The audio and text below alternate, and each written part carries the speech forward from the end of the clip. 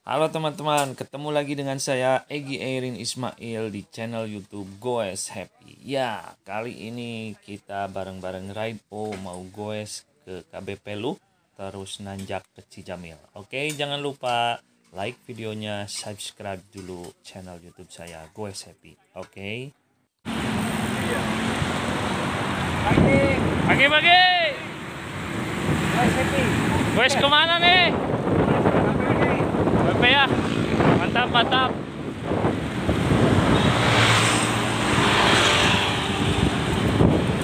Pagi Om Abdan. Pagi Om John. Pagi Bu Dewi.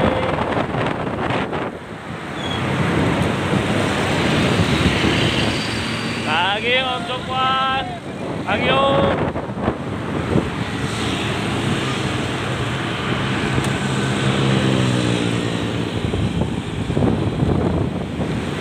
Pagi Pak Toto, Om Beni. Pagi Acun. Pagi Pak Tejo.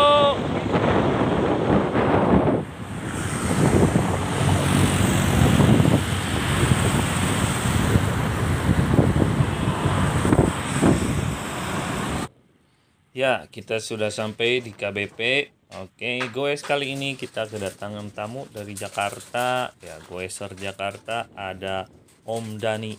Ya, selamat datang Om Dani. Nah, barusan Om Dani. Ya, beliau katanya suka ke Bandung. Ya, dalam sebulan mungkin berapa kali ya. Di weekend atau weekday. Ya, dia sekarang ingin gabung goes bareng kita Ride O. Seperti biasa, ya Ride O ini kalau udah ngelup di KBP ya kita punya spot ya, ada 2 spot untuk break-breakan. Kita nanti ada titiknya di situ, kita bisa melakukan sprint biasanya di situ. Seru sekali. Nah, ini Om Dani nih yang baju merah di depan kita ini ya. Selamat datang Om Dani, selamat menikmati goesan bareng Ride O. Ya, kita sudah nyampe ke spot sebelum kita mau melakukan sprint. Tapi karena ini adalah lap awal, jadi kita masih pemanasan, kita tidak melakukan sprint kali ini.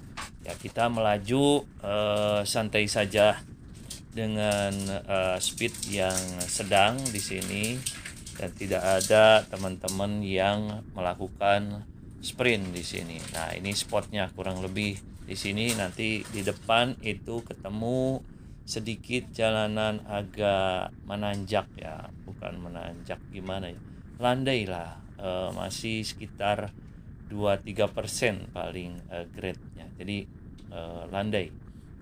Di sini memang sangat nyaman sekali kita untuk melakukan sprint.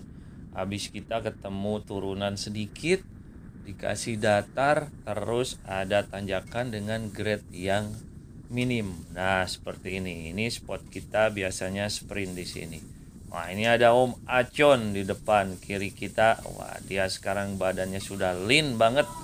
Wah, katanya beliau pengen sekarang jadi jago climber. Ya, dulu memang beliau ini sprinter, sekarang badannya pengen slim jadi pengen climber. Hehehe. Ya, kita masih pemanasan terus menuju ke titik putar di depan. Nanti ada area golf di situ. Ya, ada bundaran besar. Terus kita putar balik, ngeloop di situ ya. Loop di sini KBP ini kira-kira 8,3 km ya satu lapnya. Jadi cukup lumayan, konturnya memang tidak sepenuhnya flat, dia ada turunan yang grade-nya 2-3% ya, terus ada datarnya dan ada tanjakannya sama lah 2-3%. Jadi enak lah di sini. Kita bisa kebut-kebutan di sini, asik. Nah, di depan kita ada tempat golf di sini, golfnya KBP Parahyangan ya. Ya, kali ini kita mau coba untuk melakukan beberapa kali sprint ya. Jadi sengaja memang kali ini kita ngelup dulu di KBP. Setelah ini kita nanti nanjak ke Cijamil. Tapi sebelum nanjak ya kita mau abis-abisan dulu di sini. Ya, kita mau mau tahu feel-nya seperti apa kalau kita sudah break-breakan, menghabiskan tenaga di jalanan datar seperti ini. Terus kita nanjak ke Cijamil. Aduh, kakinya udah kemeng, udah lemes. Terus kasih nanjak. Luar biasa, asik banget. Ya, sebentar lagi kita memasuki spot untuk sprint. Ya, ini sprint pertama kita. Kita lihat seperti apa keseruannya. Asik sekali. Buat teman-teman yang mau gabung ke sini silakan gabung. Ya, nah ini dikasih jalanan menurun sedikit. Setelah itu naik lagi sedikit. Ya, kita sudah memacu speednya di sini lumayan kenceng ya. Sekitar 45 km per jam lebih di sini sudah masuk, mungkin sekitar 50 km per jam sekarang. Ya, saya coba untuk nempel terus di belakang. Jadi ya tadi memang sudah pemanasan sekali, tapi saya ingin melihat bagaimana teman-teman bereaksi di sprint kali ini. Wah, ini Om Dani nih di kanan kita. Ya, beliau ikut-ikutan mau sprint. Wah, asik. Oke, kecepatan sudah mulai ditambah di sini. Ya, wah ini Pak Benny lagi nunduk. Dia lagi drafting dan membungkukkan badannya supaya seaero mungkin. Ya, jadi tidak ada hambatan angin yang menerpa ke badan beliau. Asik banget nih. Oke, kita lihat sprintnya seperti apa. Saya masih nempel di rombongan ya, drafting seperti ini supaya nggak terlalu capek. Nanti pas sprint ya bisa ke depan biasanya. Oke, kita lihat sprintnya seperti apa. Ya, saya coba untuk keluar di sini. Hop. Oke, sprint. Sebentar lagi. Ya, kali ini sprintnya cukup sekian saja. Belum dimaksimalkan ya, masih penjajakan teman antar teman bagaimana. Ya, biasanya kalau kita bisa di depan sih asik ya. Bisa sprint paling depan ya, bukan mau sok jago-jagoan tapi seru-seruan saja ya, bukan masalah menang atau kalah, tapi kita mau goes happy di sini. Oke. Ya, kali ini sudah masuk spot sprint yang kedua. Nah, ini ada Om Joseph nih. Wah, beliau kenceng banget, dia ngabisin tenaganya di sini benar-benar habis. Geber habis dia. Woi, terus saya coba tempel di belakangnya beliau. Ya, ini sebentar lagi kita masuk titik finish di depan sprintnya. Oke. Wah, ini kebut nih. Ini kira-kira udah masuk hampir 55 km per jam di sini ya. Ya, saya coba tarik ke depan, sprintnya belum dimulai. Ya, terus kebut. Ya, kita lihat apakah di belakang saya ini ada yang nyusul atau enggak. Sedikit lagi. Terus ternyata Om Ajon nyalip dari kiri. Buset dah, kenceng banget. Itu sampai jauh nggak kelihatan.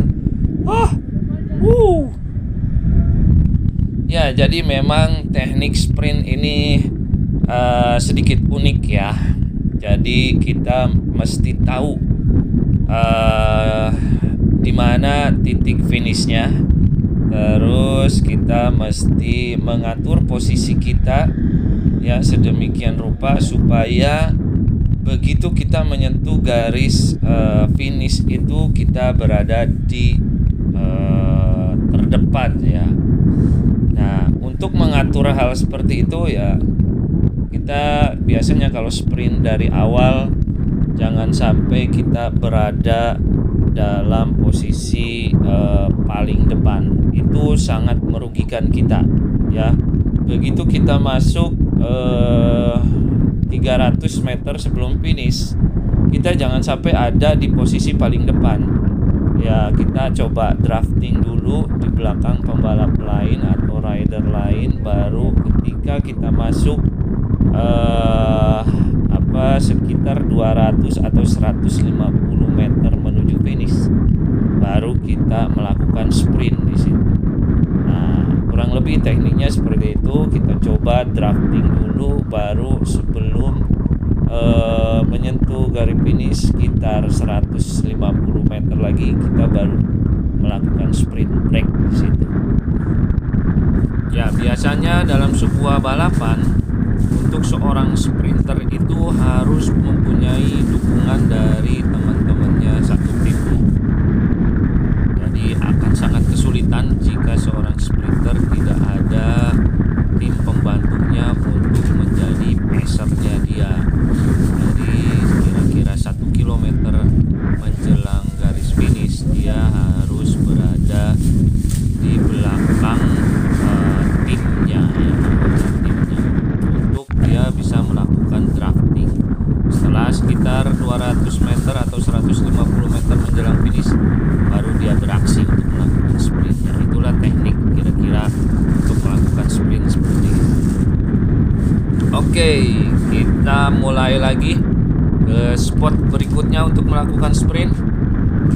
Ya, kita lihat di sini di depan ada Om Ajon, sebelah kanan ada Pak Toto juga nguntit di belakangnya.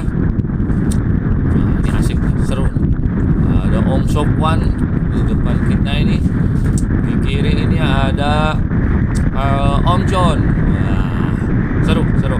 Ya, coba ini saya nguntit di belakangnya Om John.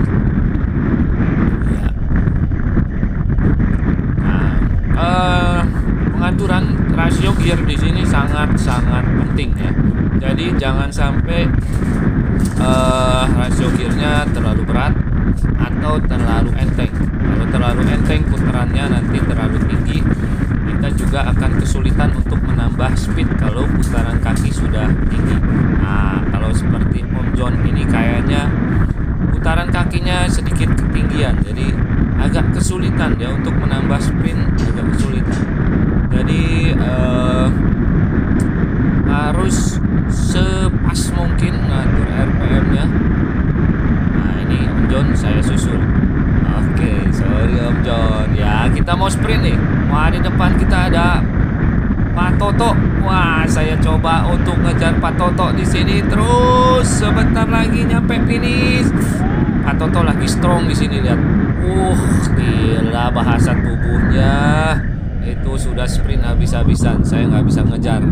Aduh, saya kalah sama Pak Toto barusan. Mantap ya. Asik sekali, seru sekali. Ya, saya bahas sedikit juga untuk sprint tadi mengenai posisi kapan kita mesti melakukan sprint, kapan kita mesti drafting dulu sebelum sprint, bagaimana kita mengatur rasio gear sama RPM sama torsi kita dalam melakukan sprint. Ya, ini memang tidak bisa sembarangan. Jadi kalau torsinya terlalu berat juga, terlalu besar, kita mau akselerasi juga susah. Kalau torsinya terlalu kecil dan RPM-nya tinggi, ya, itu juga susah untuk mengembangkan speednya. Jadi memang benar-benar harus pas.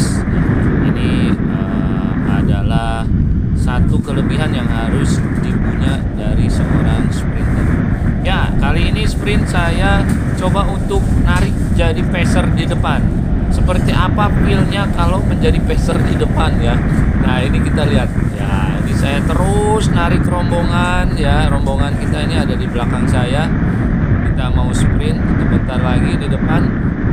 Saya terus kebut di sini. Nah, kalau seperti ini ya, ini alamat saya bonyok di sini. Pasti kesusul sama rekan-rekan yang lain di sini. Coba lihat. Oke, nah ini teman-teman saya seperti gurita udah nyaplok dari belakang. Wah, saya habis di sini. Ya, begitulah. Jadi kalau kita mau sprint, jangan sekali-kali berada di tempat paling depan ya sebelum 500 meter sebelum finish, ya itu namanya kita menjadi pacer akhirnya. Habis itu gilirannya sprint, ya kita termakan oleh rider-rider yang lain sampai habis barusan. Ya, ini masuk lagi spot berikutnya. Kita mau sprint lagi. Ini adalah sprint terakhir kita sebelum kita menuju nanjak ke Cijamil ya. Saya pengen coba di sini mengeluarkan teknik-teknik saya, kemampuan saya, bagaimana kita untuk melakukan sprint. Ya, saya coba untuk drafting dulu di belakang di dalam peloton ini supaya effort yang saya keluarkan sebelum menyentuh garis finish ini lebih kecil ya. Jadi nanti kita akan merasa lebih fresh saat menyentuh 200 meter sebelum garis finish. Ya, saya drafting dulu ya, masih ngikutin rombongan di belakang seperti ini. Seru sekali. Nah, seperti biasa di depan ada Om John. Wah, ini samping kita ada Om Paulus.